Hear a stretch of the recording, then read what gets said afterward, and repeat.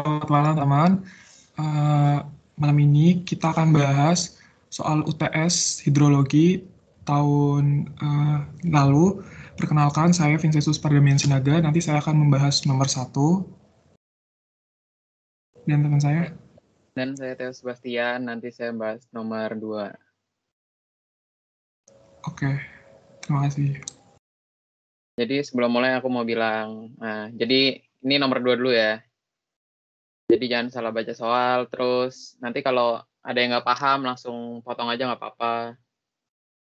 Nanti juga aku kasih kesempatan buat tanya, terus nanti kalau aku tanya minta responnya, tolong diresponnya. Makasih. Oke, jadi kita mulai aja.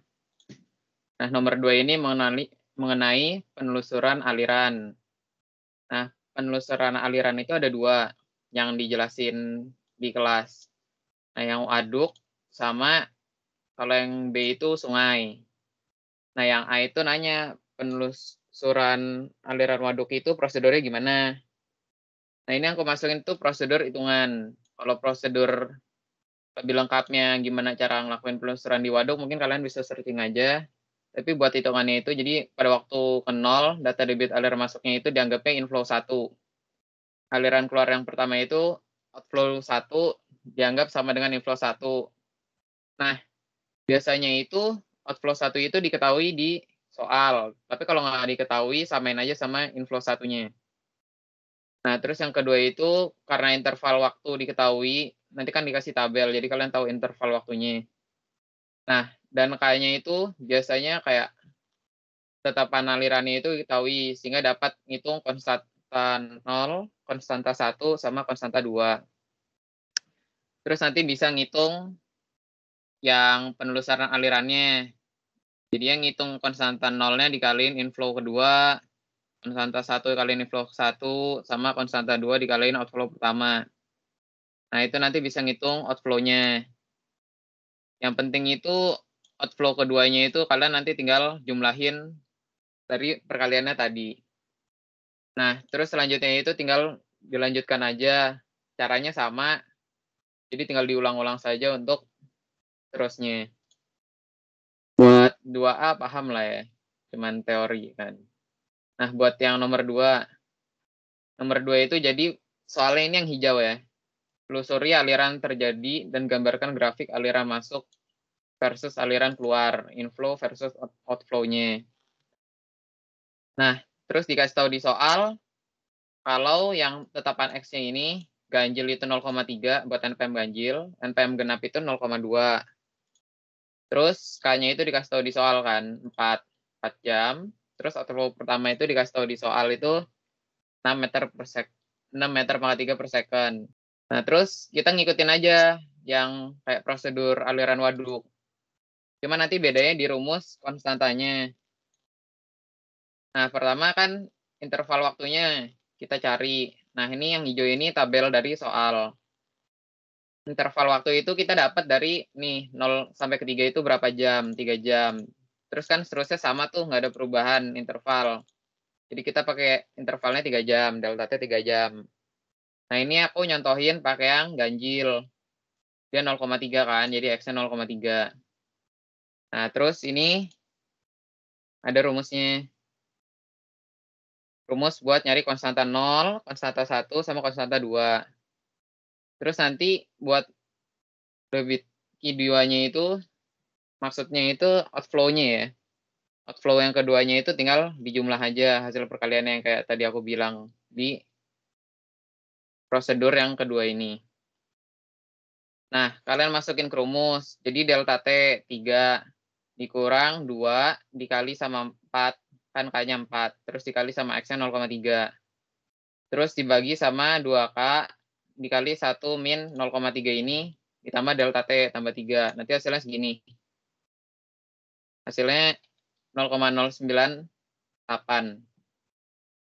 Nah, terus nanti C1 sama C2-nya tinggal ngikutin rumus aja. Nah, buat tahu kalian ngitungnya udah benar atau kalian masukin kalkulator atau kalian masukin angkanya udah benar atau enggak, itu nanti 3 konstanta ini kalau dijumlah itu satu pas. Jadi kalau udah 1,0 begini, itu berarti hitungan kalian sudah benar. Tinggal kalian pakai aja.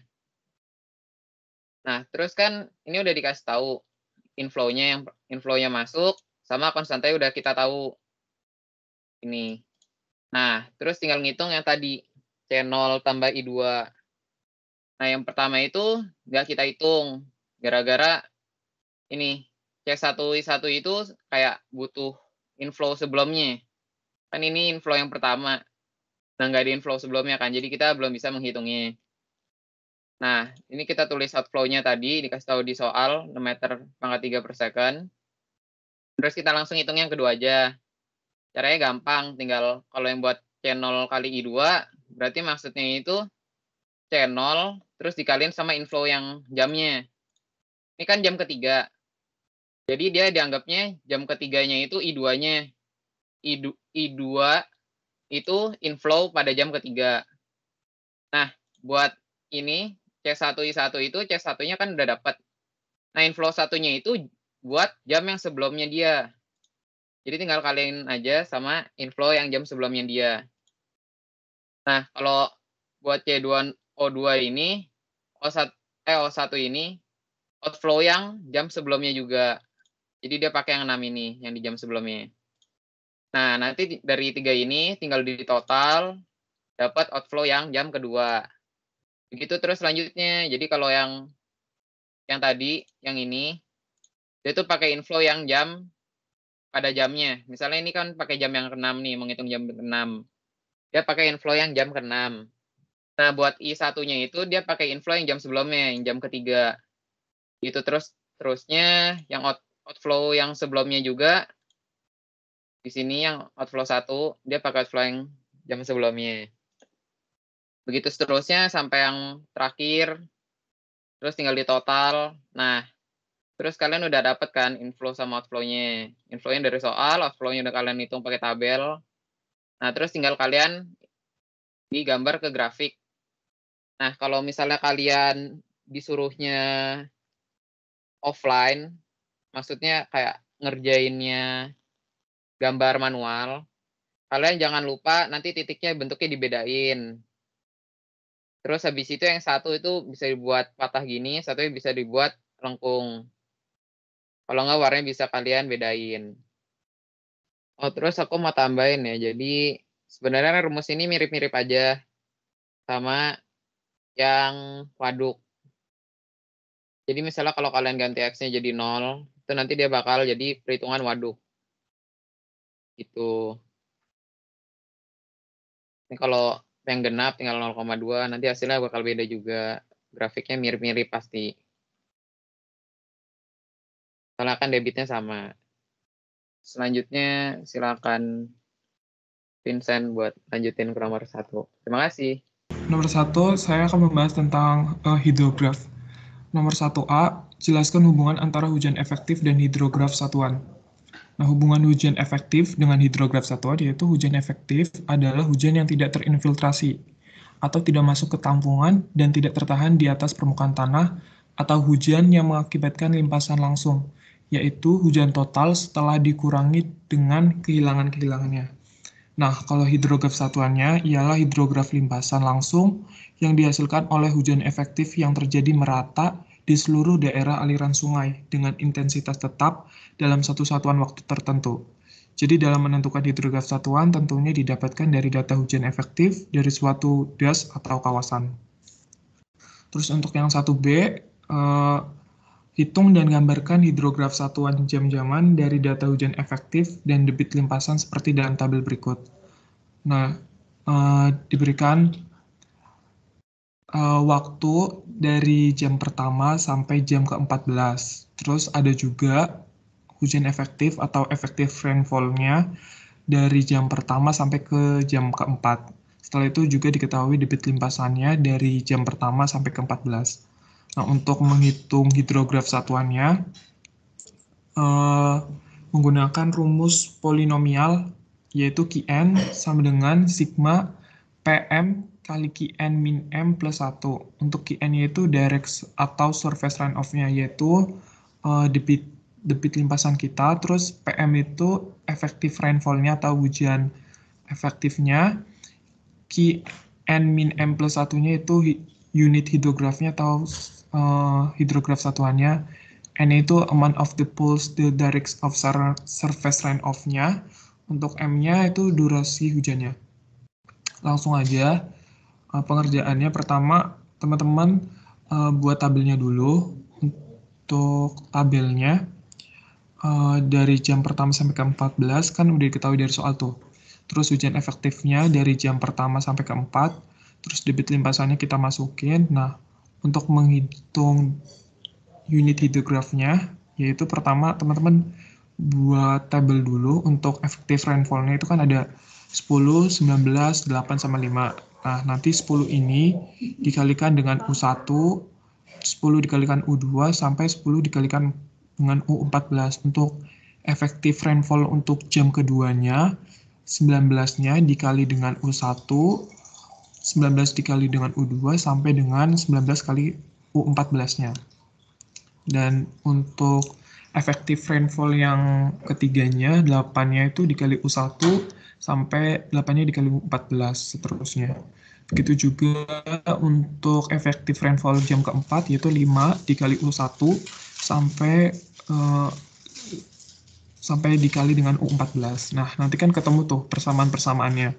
Untuk persamaan pertama itu 10 U1 sama dengan debit limpasannya, itu yang diketahui dari soal sama dengan 0. Yang untuk unit hidrograf keduanya itu kan 10 U2 plus 19 U1 sama dengan 15. Nah, yang ketiga itu 10 U3 plus 19 U2 plus 8 U1 sama dengan 70,5. Nah, yang keempatnya itu 10 U4 plus 19 U3 plus 8 U2 plus 5 U1 sama dengan 170,8. Nah, sampai seterusnya. Pertama, untuk mencari unit hidrograf di jam pertama, kan yang variabel yang tidak diketahui, maksudnya belum diketahui, itu sama U1-nya doang. Jadi kan 10 U1 sama dengan 0. Berarti untuk mencari nilai dari U1-nya atau unit hidrograf pertamanya itu kan cukup membagi 0 dibagi 10. Nah, 0 dibagi 10 tuh. Debit limpasannya 0 dibagi dengan hujan efektifnya 10. Hasilnya sama dengan 0. Nah, untuk jam kedua, 10 U2 plus 19 U1 sama dengan kan 15.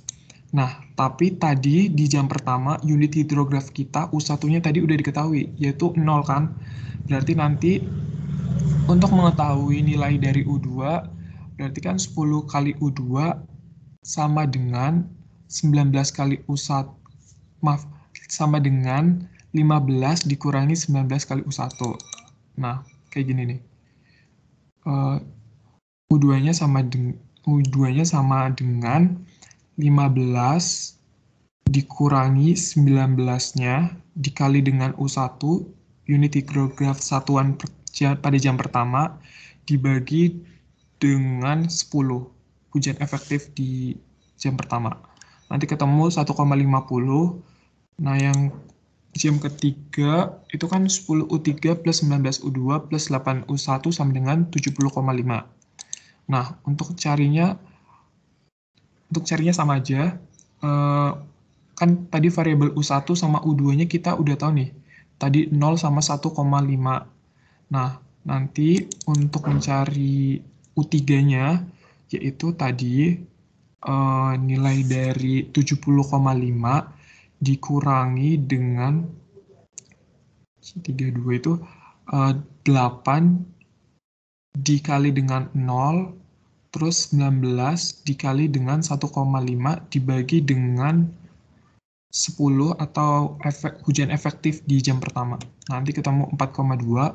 Terus yang jam keempat, 10 U4 plus 19 U3 plus 8 U2 plus 5 U1 sama dengan 170,8. Sama aja, kita cari U4-nya. Tadi nilai 170,8 dikurangi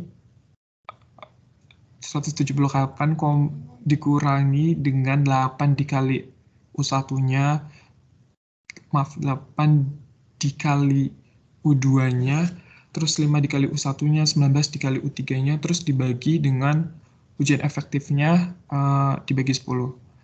Terus Untuk jam keempat sampai jam ke bawahnya sama aja caranya. Nanti tinggal di seret aja kalau pakai Excel ya. Terus kita ketemu total unit hidrografnya.